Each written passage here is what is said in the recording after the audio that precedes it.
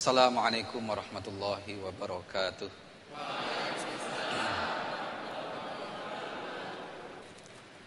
Pagi ini saya akan menyampaikan tausiah dengan topik sabar menghadapi cobaan.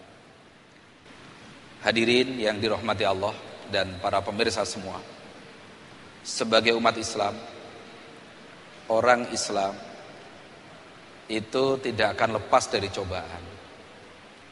Orang yang sudah menyatakan dirinya orang iman kepada Allah, itu tidak terus dalam hidupnya berjalan dengan mulus tanpa cobaan. Pasti oleh Allah akan dicoba. Sesuai dengan firman Allah dalam surat Al-Ankabut, afahasiban nasu ayyutraku ayyakulu amanna wahum la yuftanun. Orang-orang yang sudah menyatakan kami iman kepada Allah, apakah menyangka oleh Allah dibiarkan begitu saja tanpa dicoba oleh Allah?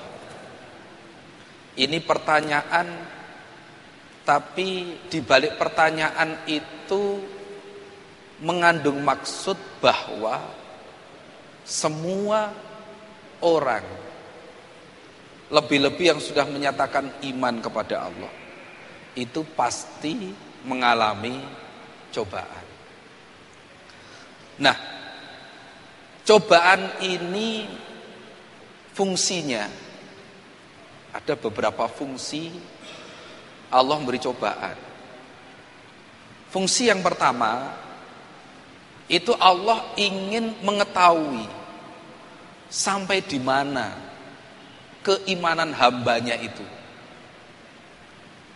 Apakah dia mengatakan amanah ini benar-benar lahir batin, mempunyai kesungguhan yang kuat dalam keimanannya, atau hanya sekedar lahiriah, aku iman, saya iman. Nah, untuk mengetahui sampai di mana keimanan, kualitas keimanan seseorang, Allah memberikan cobaan. Nah, cobaan ini macam-macam bentuknya. Cobaan berupa fisik, cobaan lewat harta, lewat anak, lewat lingkungan, dan berbagai macam cobaan. Ini ujian dari Allah. Allah ingin menguji sampai di mana keimanan seseorang, kualitas seseorang itu. Itu yang pertama. Fungsi yang kedua, Allah memberikan cobaan itu, Allah ingin mengingatkan. Karena cobaan ataupun musibah itu kadang-kadang karena kelalaian kita, karena keteledoran kita, karena sudah agak melenceng dari jalur, sehingga Allah ingin mengembalikan orang Islam itu, Muslim tersebut, kembali ke jalur yang benar. Allah berfirman, la tublawunna bil hasanati was sayyi'at la'allakum yarji'un. Jadi Allah akan memberikan cobaan dengan cobaan yang baik maupun cobaan yang jelek, la'allahum yarjun, agar mereka itu kembali lagi, kembali ke jalan yang benar lagi. Nah, itulah fungsi cobaan. Jangan dikira seorang nabi itu tidak dicoba oleh Allah.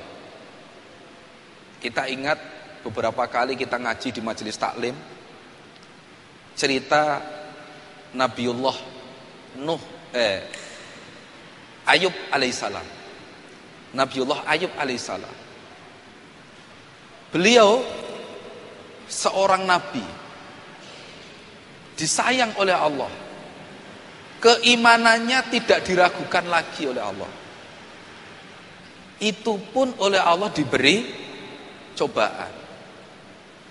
Tadinya kaya, anaknya, salah satu riwayat itu disebutkan anaknya itu 14. laki-laki 7, perempuan 7, kaya raya, sehat, istrinya juga setia. Nah, Allah memberikan cobaan. Lewat suatu saat rumahnya terbakar, kemudian anaknya 14 itu mati semua. Kita ini diberi cobaan anak 1 mati saja, apalagi kaum ibu, anaknya mati gitu saja, 1 padahal, ini sudah susahnya bukan main. Begitu kan Bu ya? Susahnya bukan main. Nabi Ayub ini anaknya 14 mati semua. Kemudian tidak hanya itu, Nabi Ayub juga dicoba. Hartanya habis terbakar, ludes. Nabi Ayub tetap beribadah. Dicoba lagi oleh Allah. Nabi Ayub sudah kehilangan anak dan rumah. Kemudian Allah beri cobaan yang baru, yaitu buruan, sakit kulit, merata seluruh tubuhnya. Istri tadinya setia merawat beliau, namun karena sakit berkepanjangan, ada salah satu riwayat menyebut bahwa, disebutkan bahwa sakit beliau itu sampai 18 tahun. Sakit kulit sampai 18 tahun seluruh tubuh. Kemudian ada riwayat lain menyebutkan 9 tahun. Itu riwayat paling sebentar itu, 9 tahun, 18 tahun. Bagi kita luar biasa itu. Namun beliau, Nabi Ayub alaihissalam, tabah menghadapinya. Selalu ibadah kepada Allah, tidak menyalahkan Allah, tanpa ada komentar yang sifat yang mengeluh kepada Allah, tidak ada. Namun akhirnya Nabi Ayub berdoa, ya Allah, hilangkanlah cobaan dari kami. Akhirnya Allah memerintahkan Nabi Ayub untuk memukulkan kakinya ke tanah. 1 kali dipukul, keluar air untuk minum, pukul lagi, keluar air untuk mandi. Lambat laun lukanya hilang. Lukanya hilang. Kemudian istri yang tadinya ngerawat itu, saking lamanya itu pergi tanpa pesan. Saking gak kuatnya ngerawat Nabi Ayub. Setelah Nabi Ayub sembuh, istrinya kembali lagi. Kemudian anak yang sudah mati 14 itu, disebutkan oleh salah satu riwayat itu, ada 2 macam riwayat. Sebagian menyebutkan bahwa anak yang sudah mati itu dibangkitkan lagi, dihidupkan lagi, kemudian ditambah 14 lagi. Nah, 14 dihidupkan, kemudian ditambah 14 lagi, jadi 28. Nah, ini membuktikan bahwa tidak ada hamba Allah yang lepas dari cobaan. Tidak ada yang lepas dari cobaan. Allah sudah berfirman, la tublawunna fi amwalikum wa anfusikum wa la tasma'unna minal ladzina utul kitaba min qablikum wal ladzina asyraku adzan katsira. Niscaya kalian akan dicoba sungguh, baik di dalam harta kamu, di dalam diri kamu, oleh Allah akan dicoba. Harta kadang-kadang cari rezeki sulit. Kalau pegawai negeri mungkin ya walaupun nggak masuk, mungkin tetap dapat bayaran, Pak Amin ya. Tapi bagi yang mungkin pedagang, kadang musim dingin, yang pedagang es rezekinya turun. Yang waktu dingin bakso, ya ketika hujan deras ya turun juga. Itulah cobaan. Nah, tidak ada yang selamat. Wala tasma'unna minal ladzina utul kitaba min qablikum wal ladzina asyraku adzan katsira. Dan kamu akan mendengar suara-suara yang menyakitkan dari orang-orang ahli kitab sebelum kamu dan orang-orang musyrik. Kata-kata yang menyakitkan. Ini semua menunjukkan bahwa Allah itu pasti memberi cobaan. Dan cobaan antara satu dengan yang lain berbeda. Walaupun itu saudara sekandung, jenis cobaannya juga beda-beda. Saya dengan Pak Amin, cobaannya beda mungkin. Cobaannya beda. Saya dengan bapak-bapak, dengan ibu-ibu juga berbeda. Tapi semuanya pasti mengalami cobaan. Pasti mengalami cobaan. Nah, itu sebagai ujian bagi kita. Allah ingin melihat atau Allah ingin mengembalikan kita ke dalam rel yang benar lagi. Kalau kita ini sudah keluar dari rel, mungkin yang sudah mapan, rezekinya banyak, maisyahnya sudah lancar. Tahu-tahu namanya uang banyak itu kadang-kadang pikirannya macam-macam. Nah, tadinya istrinya yang masih jadi orang yang paling dicintai. Begitu punya uang banyak, melihat perempuan lain itu, nah kadang-kadang sudah mulai ini, pemikiran nyimpang sudah mulai. Nah, suatu saat Allah beri cobaan, mungkin dalam perjalanan kena musibah, mendapat aral, mendapat rintangan, gangguan. Ini tujuannya untuk mengembalikan supaya kita ini tetap dalam rel yang benar. Atau di perusahaan atau di instansi pemerintah, memegang bagian keuangan. Nah, pikiran macam-macam, ingin korupsi, memarkup ya, harga dan sebagainya. Allah beri cobaan kadang-kadang. Supaya apa? Supaya tidak keterusan.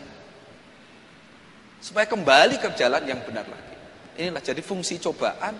Itu satu, Allah ingin mengetahui bagaimana kualitas keimanan kita. Nomor dua, kalau memang kita sudah nyimpang, Allah ingin mengembalikan lagi kita supaya jalan yang benar, kembali ke arah yang benar.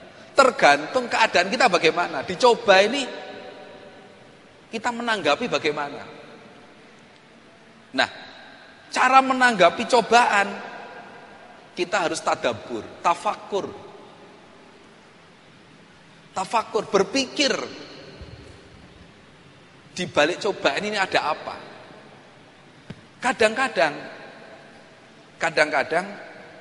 kita sudah dalam rel yang benar. Sholat waktunya, 5 waktunya tertib. Hadir di majelis taklim, nggak pernah absen. Infak, zakat dipenuhi. Haji dikerjakan. Dengan tetangga sudah baik. Kok Allah tetap memberikan cobaan? Nah, kita berpikir apakah Allah ingin menguji keimanan kita? Dan dibalik kecobaan itu kadang menjadi nikmat. Menjadi nikmat bagi kita. Ada cerita nyata di Tenggarong, Kalimantan Timur, Kutai Kartanegara. Itu kan jembatannya kan roboh itu, Pak Amin ya. Terus, nah ada saudara kita orang Muslim sana, itu dari Tenggarong mau ke Samarinda, 100 meter menjelang nyebrang, tahu-tahu itu ban motornya itu bocor. Dia asalnya itu ngeluh, innalillahi, kok ya ada cobaan. Wong tinggal 100 meter itu sudah nyebrang jembatan apa itu namanya itu ya, jembatan Tenggarong itu. Nah, begitu sepedanya dimasukkan bengkel atau ditambalkan bannya itu, tidak lama kemudian jembatannya roboh. Habis itu yang tadinya istirja itu terus alhamdulillah, Jadi suatu saat kadang-kadang cobaan itu, dibalik cobaan itu ada nikmat. Allah akan memberi nikmat. Maka jangan sampai tergesa-gesa suudzon kalau mendapat cobaan. Kalau diberi cobaan oleh Allah, pasang hati husnudzon dulu. Berprasangka yang baik dulu kepada Allah. Jangan terburu-buru menyalahkan sana, menyalahkan sini. Suudzon, jangan. Husnudzon dulu. Di balik ini insya Allah ada hikmahnya ini. Kenapa Allah memberi musibah ini? Banyak itu terjadi. Di balik musibah ternyata ada kenikmatan, ada hikmah yang diberikan Allah pada kita. Nah, untuk itu secara yang bagus kalau kita menghadapi cobaan, pertama sabar, yang kedua husnudzon billah, nomor 3 tafakur, berpikir mendekatkan diri kepada Allah. Nah, kalau nanti kita sudah sabar, husnudzon billah, tafakur, berpikir, mungkin ini kelalaian saya, mungkin saya sudah tidak dalam rel yang benar sehingga Allah memberi cobaan supaya saya kembali ke jalan yang benar. Kita menghadapi musibah itu tidak ada keluh resah, tidak ada namanya menyalahkan orang lain, tidak ada. Diterima dengan hati ridho, diterima